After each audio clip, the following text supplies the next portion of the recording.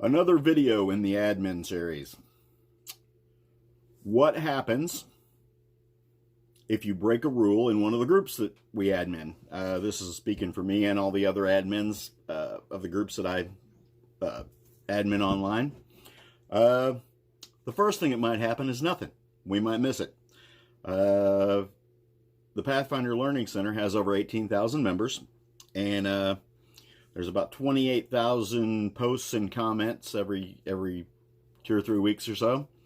And quite frankly, all the admins have other gigs that they do, so they may miss it. Nothing may happen. But what you need to know is there is no statute of limitations on breaking the rules.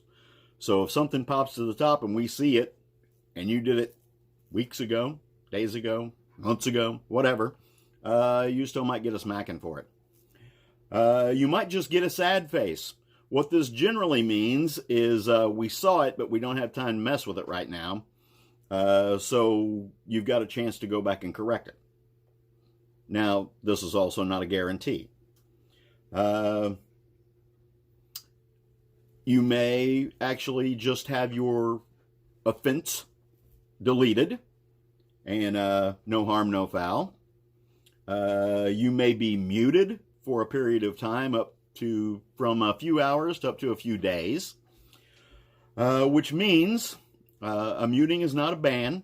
You can still read, you can still do all that stuff. You just can't post or comment on the group.